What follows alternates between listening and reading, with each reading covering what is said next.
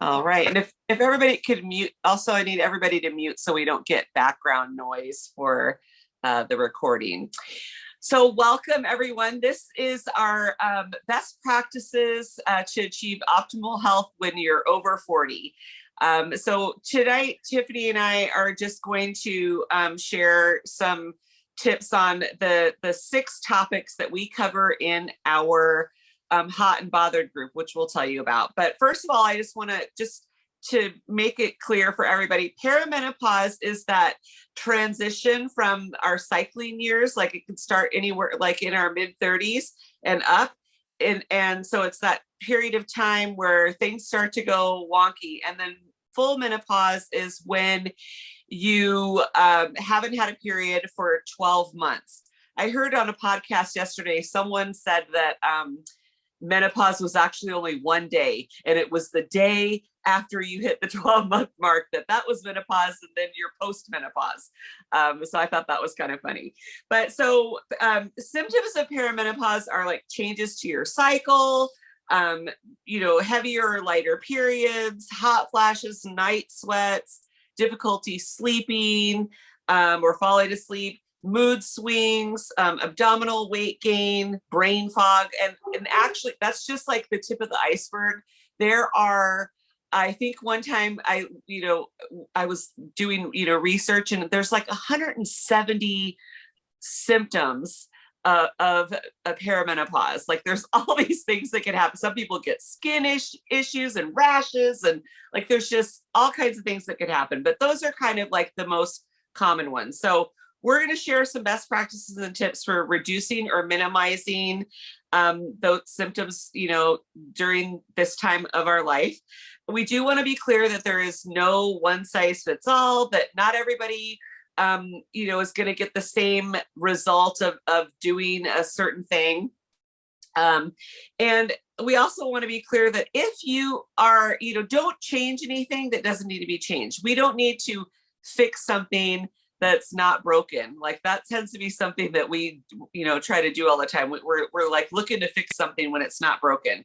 But, so if you are getting good results, obviously do what you do to get those results. If you're not getting good results, then something definitely needs to change. And when we do change something, it shouldn't be like, every few days we hear something different on a podcast and we think, oh, I need to do that. I should try this. I should try that. And switching it up like every few days or every week is not going to get us anywhere. We're just like spinning our wheels. So when you do make a change, try to change only one thing at a time and give it a sufficient amount of time, like 30 days, to see if you're experiencing any benefits or changes. So I'm going to turn it over to Tiffany, who's going to start by talking about why we need a strong why for our journey. Well, hello. Thank you for.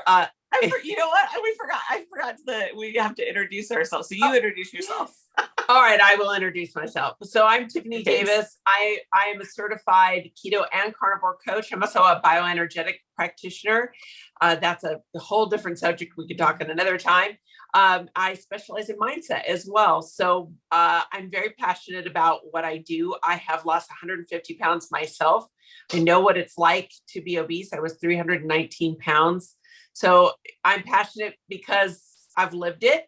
And I'm passionate about helping people live their best lives, especially for the women who are 40 and over. I will be 51 in 11 weeks from today. And I am healthier today at almost 51 than I was at 25. And I want you to know I didn't start this until I was 45. So it is never too late to do something amazing for your health. And if you're on here earlier than that, like all the props to you, because amazing things can be happening if you're lucky enough to get this early. Mary, did you want to go ahead and do your intro? Sure.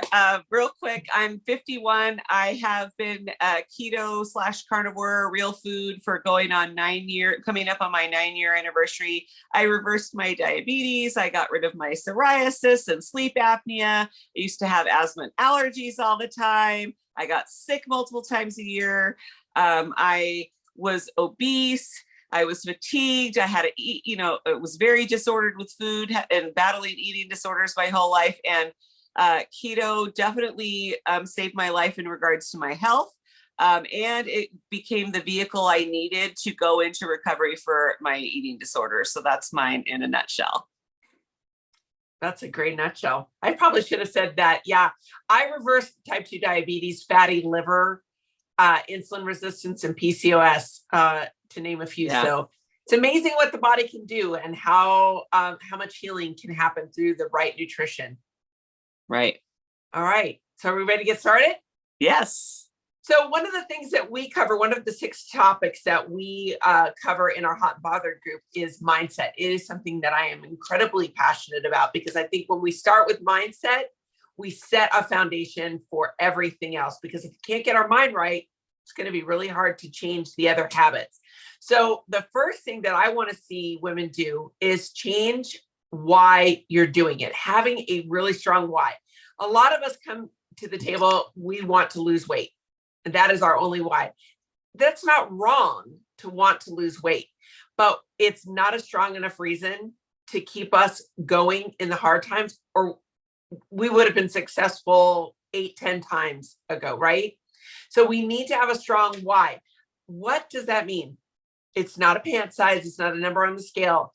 For me, it was, and it still is, I want to age very well. I want to be the one who never has to be in a nursing home. I've worked in them. I don't want to live in one. So that's my strong why. If you're not certain what your strong why is, think about things like, I want this because this is important to me, because this is important to my loved ones. Fill that one in. And if I do not achieve this goal, these are the things that I see for my future. That will help you to develop that strong why. I don't want to discourage you to think that weight loss can't be part of that, but it needs to be a bigger picture. I want you to feel good in your own skin, but I want health and wellness to be part of that. So think about that when you're developing your why. We go into a little bit deeper about what mindset is, things like positive affirmations, changing the negative or having a better growth mindset in the group. But I'm going to tell you right now, if you can come up with a strong why, you are setting yourself up for success.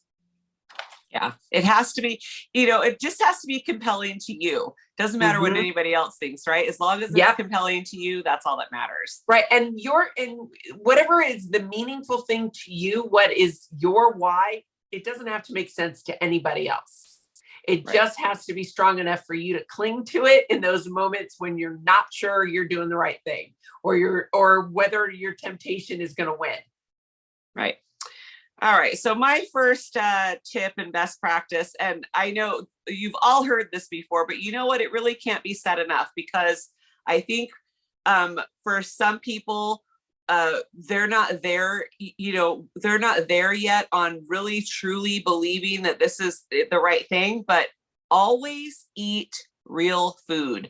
When it comes to nutrition, we have a lifetime of misinformation and things that we've been told that we have to unlearn, and we have to relearn what real nutrition is, because those of us in this age range, you probably all, like me, in school, we got taught the food. I can remember in 3rd grade being taught the food pyramid.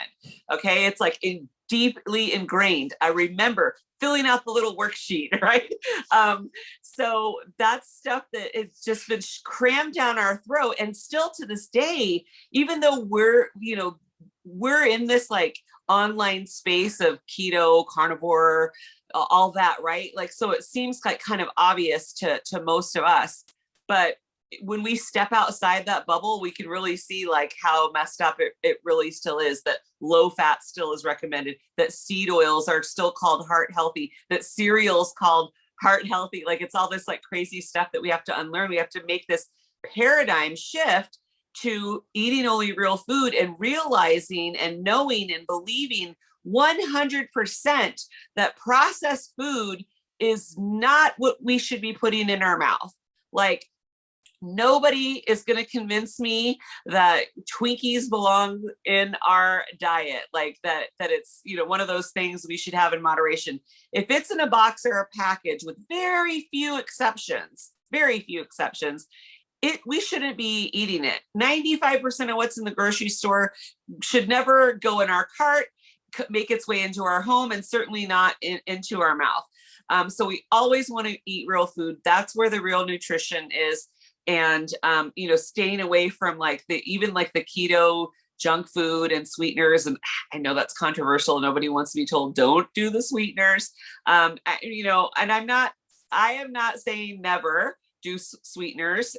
I certainly, use them in my electrolyte powder, and, a handful of times a year, I'll, have keto treats or something like that. It's easier not to, I choose not to, but those things on a regular basis aren't going to do us any favors. They're going to hinder our progress, and could definitely hold us back from getting the results we want. I think we should also stay away from replacement foods, because really the way that we're going to achieve what we want to achieve with our health and our weight, if weight is one of the things that you're concerned about, is by changing that relationship with food. And if we're looking to replace all of our carby favorites, we're just swapping one thing out for another, and not changing the relationship. And then ultimately that leads us back down the road to going back to our old habits. So I would say, try not to do all the replacement things.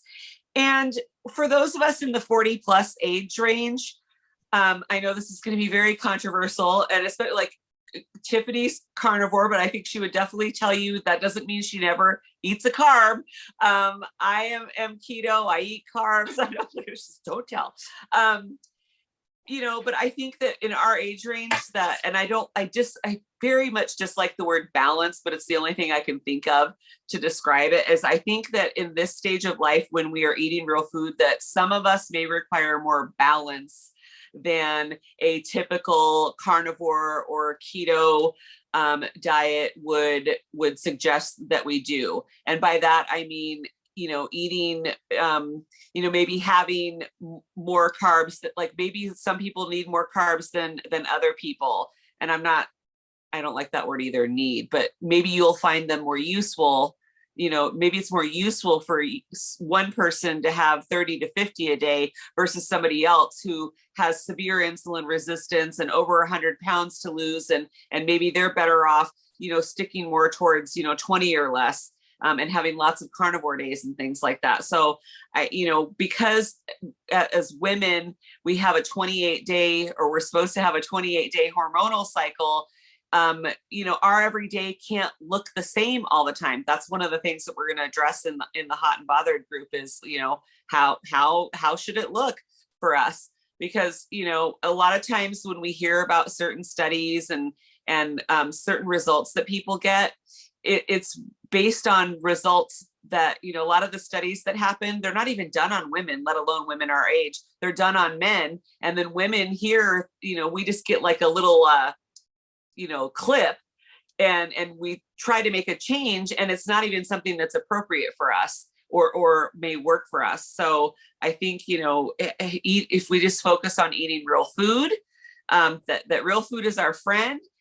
The occasional convenience food is okay. If you're traveling and you got to eat out and you're going to be exposed to seed oils, sometimes it's just unavoidable. Or maybe you like to, sometimes order the, pre-made keto meals to be delivered to your house. And most of them are pretty okay. I think, that kind of thing is okay occasionally, but we don't want the convenience foods to be a staple and a regular practice. So bottom line, eat real food, eat enough, and eat mostly animals.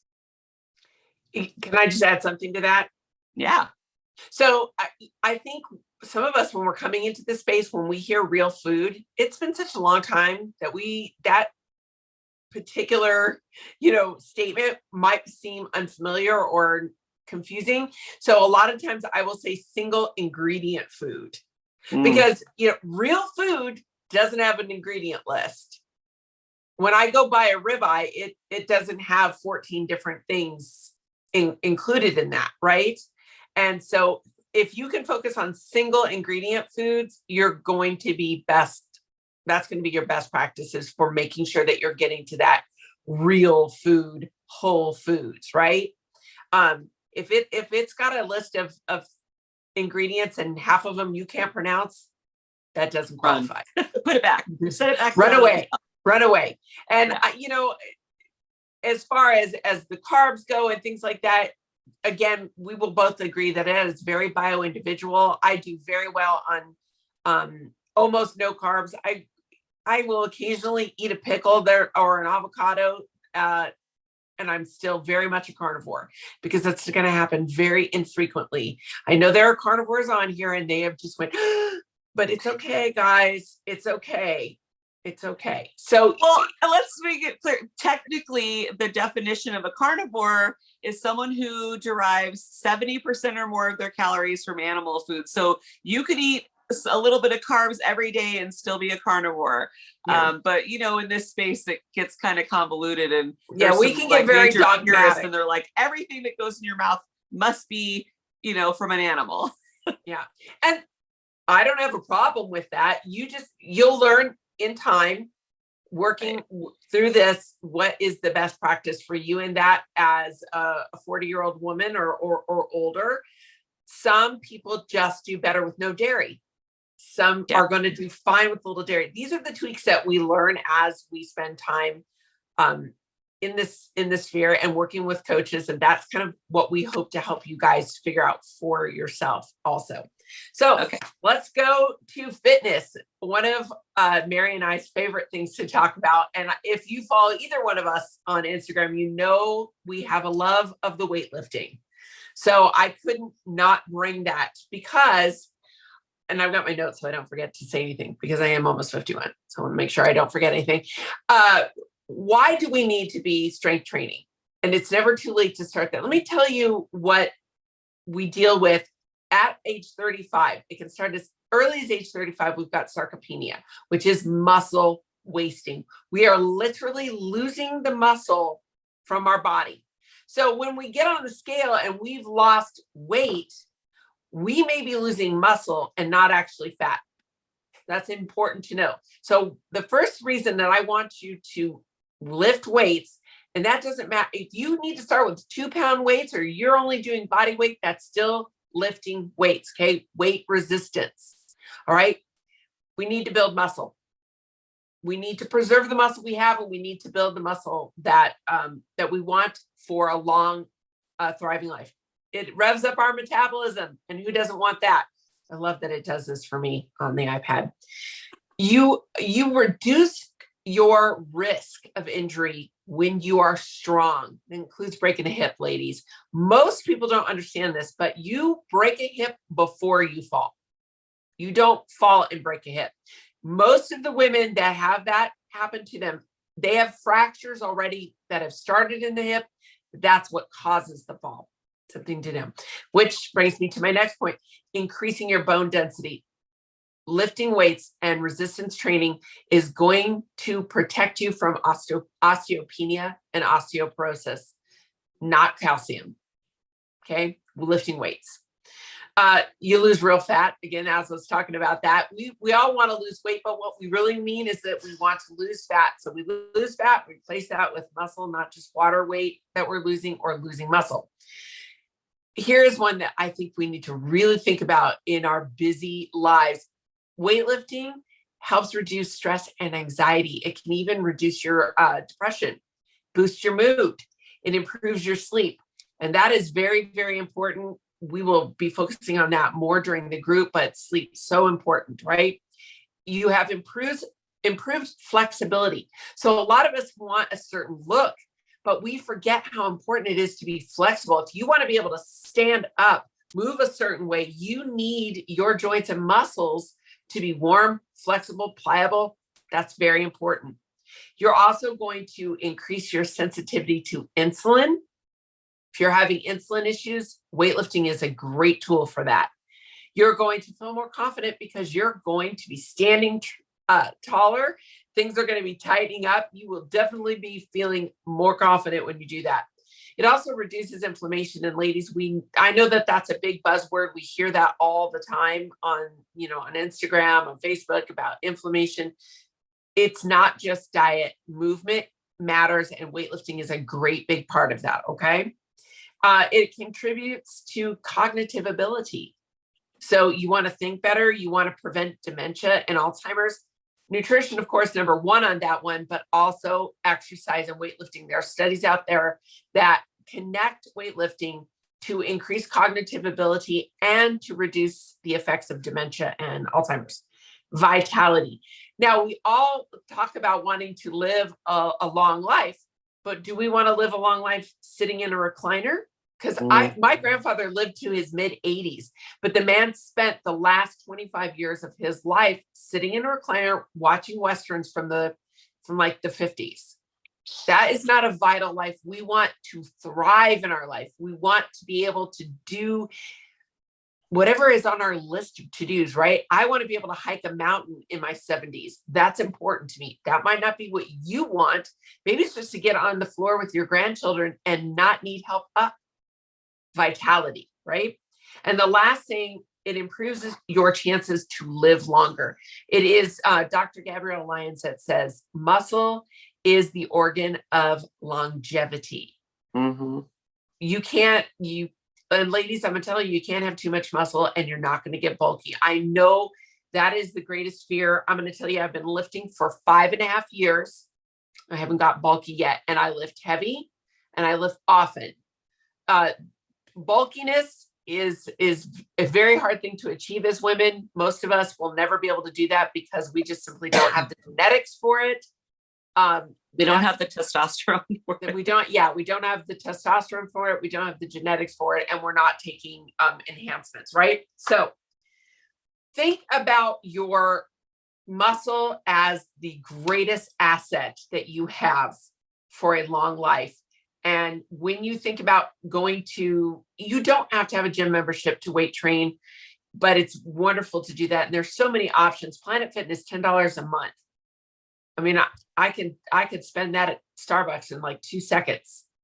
And then, there are so many options for doing home workouts and just body weight workouts. Don't delay in getting started. Start somewhere because you're not going to regret doing the weight training and resistance training. And if you have an opportunity, if you think, oh, it's definitely too late for me, I'm too far, I want you to look up Train with Joan. She started weight training in her 70s. A woman wears bikinis and she looks good. She rocks it. She completely changed her body. Not only is she no longer obese, but she has a physical appearance that most of us would envy. She's 76. So Train with Joan, check her out. And I encourage you to start weightlifting as soon as possible if you're not doing it already. Yes, that was great. I'm excited about lifting all over again. I always say that I lift weights because I'm training to be an old lady. I don't want to use a cane or a walker or a wheelchair. I don't want to be homebound. I want to be, if I drop something on the floor, I want to be able to pick it up. So that's why I lift. I like the feeling of being strong. So, okay. So we've covered nutrition and fitness. That's just two of the topics that we cover. Nutrition, mindset, and fitness. We are, three of the topics that we cover in Hot and Bothered. Another one that we talk a lot about is biohacking and all things related to biohacking. So, my biohacking tip tonight is to, prioritize getting sunlight. And it's my favorite because it's easy to do. We can, get out and, do even just 5 or 10 minutes sitting on your back porch, soaking up some sun, or taking a walk around the block. My favorite time to get outside is in the early morning when the sun is coming up because we get that morning infrared light. And the benefits of sunlight are an increased vitamin D production. And when our vitamin D production is adequate, we have improved mood and sleep. It can lower our blood pressure. It can help regulate our immune system. It can heal inflammation. And also, if you're someone who wears sunglasses frequently, I would suggest cutting back on how often you wear them, or just stop wearing them altogether. So like if you need them because the bright light hurts your eyes, that's a problem. You need to like learn to be able to let sunlight hit your eyeballs so that we can produce an adequate amount of melatonin, which contributes to the quality of our sleep. I stopped wearing sunglasses not quite a year and a half ago, but I can now go outside. We don't want to look directly at the sun. Obviously, we know that's a no, but I can go outside or I can drive, and when the light hits, look, it doesn't cause me pain in my eyes anymore.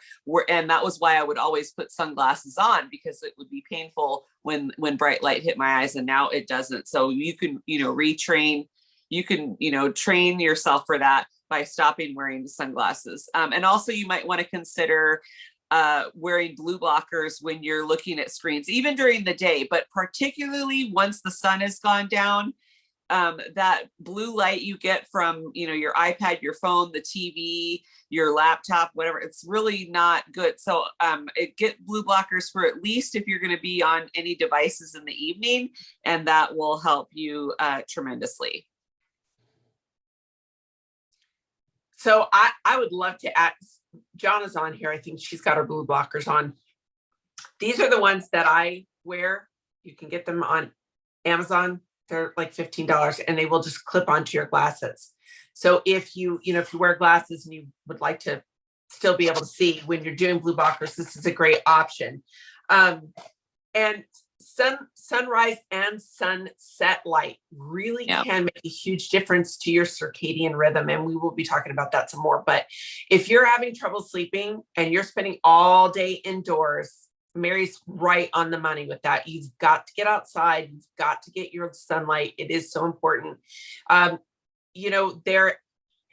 I encourage you, if you're worried about sun and you're wearing sunblock and you're wearing sunglasses, do some search on scientific correlation between the sun and cancer. I'm just going to say that. All right. All right. So the last thing that we're going to talk about, and I think we all in the 40 plus range have a love-hate relationship with our hormones. Anyone? Yeah. Yeah. Okay. So I'm going to talk about adrenal health today. I think it's, in some ways we talk about adrenals too much, and in other ways it's just not enough, because we're still not getting the message of how important it is to take care of your adrenals. So if you don't know what your adrenals are, they are small glands that sit above your kidneys. They produce hormones that regulate your immune system, your metabolism. They produce sex hormones, manage your blood sugar and inflammation, and they can help regulate your minerals. And they are responsible for our stress response, which is what we hear the most about. But that is really just such a minute part of what the adrenal system does for us. It does produce cortisol. Sometimes we get in a stress pattern, especially in this age range where we are constantly in a fight or flight mode, and we produce too much cortisol. That's something we've got to talk about. But then we can get to a point where we have taxed our adrenals so far that we end up in insufficiency or fatigue. So let me talk about a couple of things you might be experiencing if you're having adrenal fatigue. You're going to sleep, but you don't feel rested when you wake up. How many of you are experiencing that? I bet a lot. You're feeling tired all day, but then suddenly at night, you get a surge of energy, and you might be wired, but tired. Often when your adrenals are stressed, you're going to wake up between 2 and 3 a.m., whether you want to or not. Okay, that's a huge sign. When your adrenals have been taxed or fatigued, you have a very hard time handling stress. Even things that really are not major stress feel like major stress. They bring up a lot of anxiety. You feel overwhelmed by that because you don't have the cortisol that helps you regulate and deal with that stress. You might have salty cravings, although that might not be that. One of the things that a lot of us that have dealt with fatigue and adrenal fatigue specifically is we abuse caffeine. I know I did that for many, many years. And that is often or sugar. Either way, you're trying to stimulate your body and get out of that fatigue. but really it doesn't help, or it helps very minimally or for a short amount of time. Another symptom of adrenal fatigue is having a lower immunity. So if you're finding that you're getting sick often, even though your diet's really dialed in, you're taking care of your fitness, but you keep getting sick, and you're also experiencing some of those other symptoms, it may be time to look at your adrenals. We can support our adrenal system. Number one, eating a nutrient-dense diet. So go back to what Mary is talking about, eating real food, prioritizing your animal protein. Don't eat low fat. We need fat for our hormones, especially in the peri to postmenopausal ages. Extremely important. But ladies, we also need protein. Very important. Okay. Real food. We need to eliminate sugars, seed oils, and processed food. That just goes right back to what Mary was saying in the beginning of how important our nutrition is. We need to get quality sleep.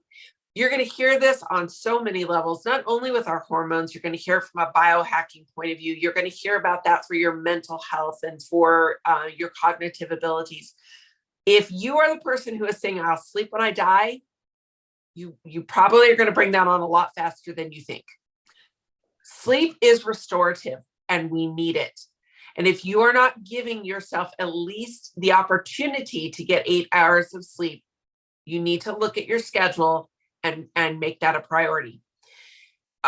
We need to look at how we deal with stress. We need to find healthy stress relievers. That can be prayer, meditation, listening to healing frequencies, taking a long walk. Doesn't have to be arms pumping, 15-minute mile kind of walk. It can be just a stroll. Breath work is really important. There are many things that we can do to alleviate our stress, or at least reduce it. And as much as I love exercise, we need to make sure we're not overtraining. Okay, especially cardio. If you're a cardio bunny, you're going to blow your adrenal system out real fast. If you're getting on there and you think that being on that elliptical for an hour is doing your body any favors, it is not. Okay, so don't forego movement, but be careful, especially with your cardio. And the last thing, and this is coming from a lover of coffee, but you need to watch your caffeine intake, not only how much you're having, but when you're having it. Okay. If you're rolling out of bed, the first thing you do is have coffee. And I did that. So I know how hard this habit is to change. Consider waiting until at least after sunrise, and preferably after a first meal. That will not only support your adrenal system, but it's also going to help with your hormones in general. And we're going to talk a lot more about hormones and the adrenal system. This is a simplistic way to look at a very complicated issue. Adrenal systems, it can be pretty complicated, and it takes a while to fix it. So the best thing you can do is make sure your adrenal system doesn't give out, and take care of it. But yeah, hormones, guys, this is something, ladies, this is something we're gonna really dial in during Hot and Bothered, because I think there's a lot of fear mongering around hormones, a lot of misunderstanding about hormones. And let's be honest, some of us left our libido behind 10 years ago, and we need to talk about that too. So we're going to get into that, and we're not going to be shy about talking about that. So that's my TED Talk. Thanks for coming. Woohoo. All right. Lastly, I want to talk about intermittent fasting. So how many of you have done any kind of fasting before? Have any of you done extended fasting, like 24, 36, 48 or longer? Has anyone done longer than a week? 72. I just did a 72 hour. Okay, awesome. Anyone done like a 7-day? Anyone 7 days? All right. So for the 40 plus crowd, women, Jenny Brown's done 7 days. Awesome. For those of us, the 40 and up crowd, really their best route to take is just intermittent fasting, and maybe even circadian rhythm fasting, which is like 12 to 14 hours max. There's some specific suggestions also on how to fast. Like if you still have your cycle, there's some suggestions on how to fast, like where a lot of women our age in this space, because fasting is so popular and it's pushed all the great benefits. It does have lots of great benefits, no doubt. but it doesn't work the same for everybody. And it's, how you pursue it is bio-individual. And, those of us in our age group, most of us really don't benefit from doing extended fasting. It's better for us to do more of an intermittent fasting, 12 to 16 hours. And so there's suggestions on how to fast with your cycle. And here's just one. And that is, if you want to do a long fast, the best time to do it is days 1 through 10. So day 1 is the day we start bleeding. And so usually, like, we have had, as women, we've been brainwashed. We've been taught to believe that our period turns us into like an eating machine or this, craving monster. But in actuality, those first 10 days of our cycle is the best time to not eat. It's the best time to do extended fasting versus the other 3 stages. So there's lots more that goes into that, but that's just one thing I wanted to mention. So benefits of fasting, when we're over 40, it's most powerful when we combine it with exercise, but this is something that shouldn't be done. We don't need to chronically fast. We don't need to chronically exercise. Like Tiffany just talked about, like overtraining is a thing. So, when I think a lot of us in this space, I work with mostly, I do a food freedom group, and I work with a lot of people on disordered eating. And one of the things that those of us that are disordered do is we like to take things to extremes, right? If something works a little, it probably will be better if we do more, right? Like, so, so we tend to overfast, do too much fasting, do too long, too frequently. And then we exercise too much. We're like, oh, well, if 10 minutes is good, 30 minutes must be great, right? Like, so we tend to overdo things. So, but fasting is very powerful when combined with exercise, but it needs to be done, reasonable.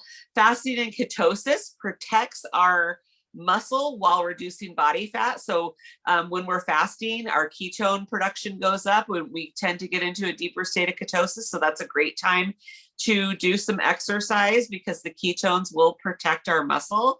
And also fasting can help improve metabolic syndrome. So if that's something that you have going on, that's one of the ways you can approach reversing metabolic syndrome. And also in our age range, it's better to skip dinner than it is to skip breakfast. We should be hungry in the morning, but what happens a lot in this, in our community is that people fast and they fast through breakfast and maybe through lunch, and they don't eat till 2 or 3 in the afternoon, and then they eat in the evening. And for our age range and the fluctuation that we have in hormones and things going on, that's really not ideal. We want to be hungry early in the day because that's an indicator of more balanced hormones. So that would be the goal. So it's best to skip dinner versus breakfast. And, so the fasting and eating earlier in the day and, fasting in the later part of the day in the evening is definitely better for our hormones. So we've talked tonight about, we did a little blurb like on each topic that we cover in our 8-week Hot and Bothered group. So we cover mindset, nutrition, fasting, biohacking, fitness, and hormones. And it's an 8-week group. It's jam-packed with information. That's why it has to be 8 weeks because there's just, so much to talk about. And it's conducted on Facebook, and every week there's a Zoom call. And we cover a lot. So our group is starting the 22nd. We only do this group once a year. And so this is when it's happening. We start January 22nd. And we will, when you get the email with the replay of this webinar, we'll include the link for that. Should you want to join us. And we hope that some of you will definitely decide to join us for that. It's going to be fun. Like Tiffany said, well, there's nothing we shy away from. We cover all the things that pertain to this age range, this time of life. And we share a lot of information with you. So we have a few minutes to take questions. Does anybody have any questions about anything we talked about tonight? You can unmute yourself to ask your question if you have one. I do. Okay. So exercise.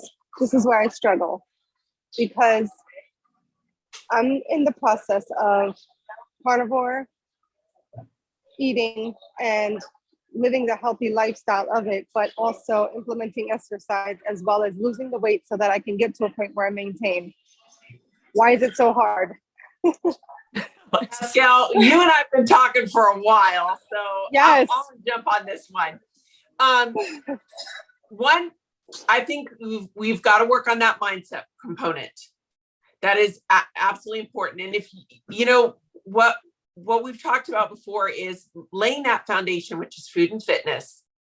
And what I see is everybody's trying to do food, fitness, fasting. They're running in, they're trying to do everything. One of the things that I see most in this age range is under eating. Mm-hmm. And your body is not going to let you do all those wonderful fitness things and under eat and continue to lose weight and be healthy. You're not going to have the gains that you want and the losses that you want when you're not getting yourself in that. And if you are struggling with carnivore, we need to talk about what is your why for carnivore? Why are you wanting to do carnivore over, say, keto? A lot of us come to carnivore because we did keto and keto didn't quite fit the mark for us. Some of us are abstainers, and that is just simply the best practice for us to stay food sober, as Mary would say. But I think having that strong why is where you need to start. And then we need to kind of break it down and look at what else is going on. Are you really dialed in on your fitness? And are you really dialed in on your nutrition? And then we can kind of work on that. Mary, and you probably want to add something to that. Yeah, I just kind of want to know, when you say, why is it so hard? Do you mean just overall mentally, or is the exercise part physically hard for you? Like, could you elaborate just a little bit on that? Sure. So what I mean by hard is getting to the goal. So what happens is, like Tiffany said, I fast, I carnivore, and I work out. And the reason why I do that is because I'm trying to make sure that I'm going towards my goal, which is to lose the weight so that I can get to a point where I maintain. Why I chose carnivore? Because I love the way I feel on carnivore. I love meat. So happy I never had to give it up. I was told in the past I had to give it up because it's going to give me heart disease and da-da-da-da. Yeah. Yes. So I love it and I want to stay there. I don't have an issue staying there. I'm good with there, but I think I'm all over the place and I don't know how to get out of that. My mind drives me crazy. Do you exercise because you think it'll help you lose weight faster or help you lose weight in general? Help me lose weight in general. Okay. So let me say this, like, if we have to exercise to lose weight, the nutrition isn't right yet. Like, you should be able to lose weight without exercising. Exercising should be for all the other benefits, right? Like the building our, increasing our muscle mass and being stronger, and getting the endorphins and feeling good. So don't like kill yourself exercising or overtraining, because I see so many women do this. Like, they spend hours in the gym, or they're doing an hour of cardio, and then they're lifting. There are women at my gym, when I show up in the morning, there's women, they're still there when I leave. And then sometimes, like, I'll separate when I do a little bit of cardio, not a lot of cardio, but I'll separate, I'll come back in the evening, and those same women that were there in the morning are there when I get there, and they're still there when I leave. Like, so I know there are people overtraining and over exercising. It's not going to help you get the goal faster, especially like if you overdo it and you're feeling tired. And it's important to do the rest days too. That's another mistake women make, is they don't take any rest days. They think, more is better. But that our muscle actually grows in the recovery time, not when we're actually, in the gym picking up something heavy. So I would say evaluate how much exercise you're doing and your motivation for it, because you shouldn't need to do it if weight loss is your goal. You should be able to lose weight without doing any exercise. That's not to say don't do exercise, just that's not the greatest reason to do it. Yep. I would agree. I would wholeheartedly agree. All right. Any other questions? Anybody We'll else? see. Yeah, I don't want to take up too much of everyone's time. Everybody has to get a chance to talk, but there'll be more times to discuss this and kind of get better at it, you know? And that's what I'm doing. I'm trying to get better at it because it is difficult. That's great. I have a spouse. He doesn't understand my lifestyle. So he pushes me to work out. Oh, you're not working out. You're going to get flabby. So there's a lot of stuff going around in the background that I'm dealing with. All right. Well, but you're doing it, and that's what matters. You're doing stuff. You are making an effort, and that's what counts. All right. Anyone else? Any other questions? No? All right. Well, thank you to all of you who are here. You'll get an email with the link to the replay. And we appreciate you being here. And if you want to join, I don't know if anybody's on my email list or Tiffany's email list, you can join our email list and be made aware of when we do our next free webinar. We have some others planned for this year. So if you don't want to miss those, get on the list so you can hear about it. There's only 15 spots available in the hot and bothered. And so we didn't limit it before. We felt like it's really important to limit that so everybody gets the attention they need. This is a very intense 8 weeks. And we want you guys to be completely dialed in with all of that. And so we're keeping it small so that we can, really help everyone as much as possible. So there's only 15 spots. Yeah, it's a lot of information, and y'all have access to both of us daily too. So that's why we also can't have too many in the group. So thank you so much to those of you who are here. Have a great evening, and hopefully we'll see you next time. Thank you, ladies. Good to see you, ladies. Good to see everybody. you. Bye.